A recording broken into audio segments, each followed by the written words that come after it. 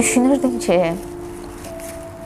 görən müştəri əlavə hörmət edəcək.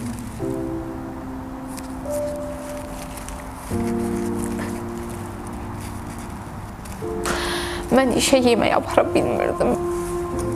Çörəyin arasına qahbaza qoyurdum.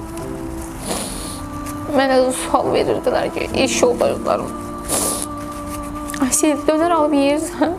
Düşünürdüm ki, mən 13 manat buradan pul alıram.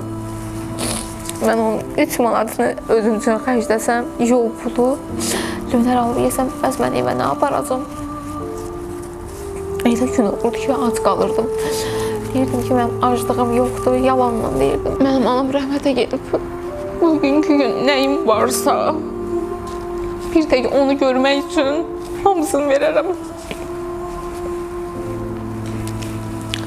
Bugünkü gün evim var, maşınım var, pulum var, işim var. Tanıyanlar tanıyır məni.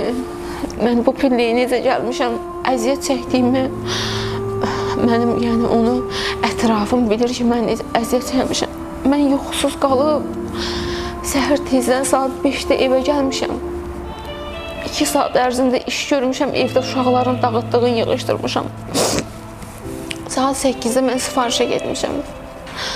Ac, susuz, yoxsuz, dözə bilməmişəm. Gedib xalam yerdə yatmışam. Nənəm mənə ovxalayıb, nənəm mənə sığal çəkib.